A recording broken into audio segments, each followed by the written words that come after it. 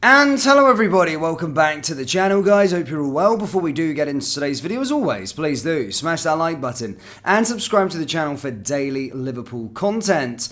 Guys, in today's video we've got a bit of transfer news for you. Yes, the club are being sparked into immediate negotiations reportedly with regards to a potential signing from Germany once again. Of course, we'll go through that in today's video. We're also going through a few other bits and pieces from the last sort of 24 hours. Of course, the club beating Toulouse yesterday in the Europa League match day 3, meaning that we just got one more win and we have qualified for the knockout stages of the Europa League, which was expected when this group was made, no disrespect. However, as I said, we've got bigger and better things that we need to be trying to achieve, and one of those is parking Europe up until March so we can focus on the domestic honours, whether that would be the League Cup and the FA Cup. I want it all. I want us to compete for all of it. Whether we win it, I don't think so, but certainly we have a good chance with the Premier League and the Europa League this season. So yeah, good to see that we're back and carrying those winning ways, and I'm really, really happy with individual players coming in, especially Ryan Gravenberch. He's took a lot of the plaudits recently, and as I said, if you want to see a bit more what the fans have been saying with regards to Ryan Gravenberch, make sure you check out the video we made earlier with regards to it's pretty much about Ryan Gravenberch. It's pretty much about him being lauded. So yeah, he was the man of the hour yesterday, of course, and I'm happy for him after his move. He has been in exile with the sort of Netherlands camp as well. So yeah, fitting in after a disappointing year, not for his fault, by Bayern Munich, not really being treated in the right manner, but coming in at Liverpool, looking like he's loving life again, and certainly repaying us and repaying Jurgen Klopp's faith in the player by putting performances on the park. But just the start, Jurgen Klopp claimed, so that's good to see. Now, regards to the team yesterday, of course, there was a lot of rotations and stuff like that, as we spoke about multiple times. There was a lot of rotations. We were expecting that. We have got a decent squad depth this time compared to last year, and there's players that can come in and actually fulfill and play parts in these Europa League games, especially the group that we're in, and boy, did they do that. They did a fantastic job. But one notable absent raised questions with regards to going forward, and that was regarding Konate. Basically, Konate wasn't even named in the squad at all, whether that be on the starting 11 or on the bench. And as I said, usually, yeah, we would have thought that he is going to be rotated and maybe saved for the weekend, but fans were starting to panic to think that he may have picked up an injury because, as I said, he wasn't included in the whole squad in general. However, reports are stating from many sources that it was just being rested. He's not, there's no precautions or anything like that. There's no injury, just simply left now to the squad, rested, and will play a part in the game against Nottingham Forest this weekend.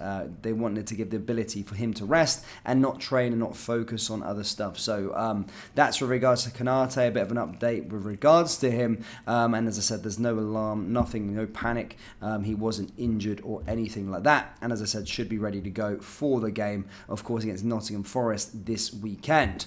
Now to the main subject of today's video. I know it is end of October. We're coming up to the end of October, and a lot of you don't really want to hear about transfer news. But in this sort of weird period, there has been a bit of information with regards to it. As you guys know, throughout the summer, I keep you on the straight and narrow with everything with regards to the Liverpool Football Club in the transfer market. And I only bring you sources that I trust, and I only bring you sources, and I don't bring rumours that have a lot of truth behind it. And this is the case for today's video. Of course, the ever-reliable Florian Plettenberg, who obviously hails from Germany, works for Sky Germany, and did give us a heads up with regards to a few of the transfers in the summer window. Of course, we shopped a lot in Germany. And this is with regards to the Reds apparently reportedly in official talks with Schalke for midfielder Asen Odegaard, who's currently 17 and recently broke 2 club records. Now, following obviously Schalke's relegation from the Bundesliga last season, Odegaard has emerged as a regular fixture in their side in the German second tier, and he's getting a lot of game times.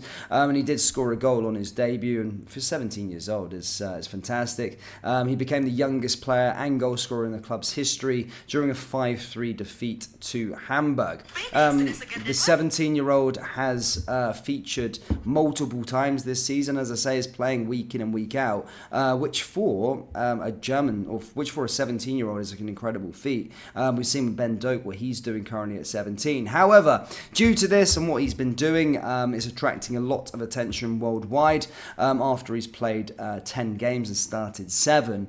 Reports are stating that 5 other clubs, Bayern Munich, Eintracht Frankfurt, RB Leipzig, AC Milan and Napoli have all initiated contact with Odrigado's camp, with it previously being claimed that Bayern and Milan and Liverpool were at the front of the queue. Now, there is apparently a release clause of around 20 million euros, or it's going to be around 20 million euros to prize the youngster away from Schalke. But as I said, Plettenberg has already outlined that the teenager wants to play regularly next season, which could play into other potential suitors over Liverpool. However, we do have a good track record of giving youngsters a chance. Look at Stefan Bajcetic as a prime example. Ben Doak, Jarrell Kansar. They're all sort of that age, and he's at that area where, you know, he could be obviously start in the sort of under 21 setup, maybe go back out on loan or a straight loan back to the Bundesliga side where he can play a bit more regularly. However, we have got a really good track record of giving youngsters a chance, and 17-year-olds, and the way we're trying to go now with our sort of transfers,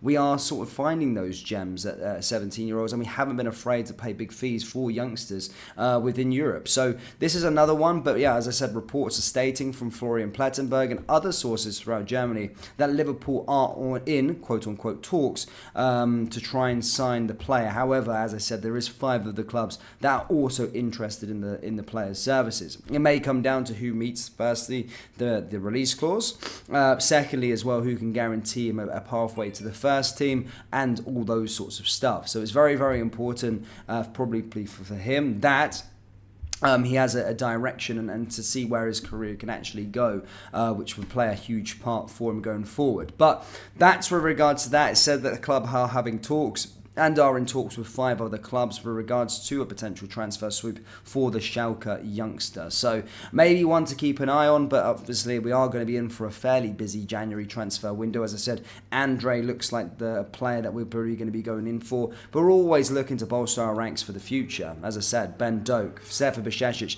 really good examples of us of preparing for the future and bringing in these gems. So I do get excited by them. Some fans don't really like me talking about 17-year-olds, but I remember doing a video on Ben Doak last summer signing, and I said, look, it won't be too long before he starts breaking through. And then look, he's already started to break through into the first team, obviously out with injury at the moment. And then of course I think we do need a centre-back as well, a left-sided centre-back in January, which could pave the way for sort of a Hincape. He seems like the one that we are linked with, again playing in Germany as well, so definitely a market that we are fishing in, but there's a lot of truth in this one today, guys. But do let me know your thoughts on it. Is he a player that excites you? Is he a player that you think would be one definitely for the future? And would you spend 20 million euros on a 17-year-old? Yes, he's played 10 games so far this season, 7 starts at 17, fairly impressive and wanted by a host of clubs. But would you spend 20 million euros? Yes or no? Let me know down in the comment section below. That does bring us into today's video. As always, please do smash that like button and subscribe to the channel for daily Liverpool content. Thank you, guys. I'll see you next time. Take care. Peace.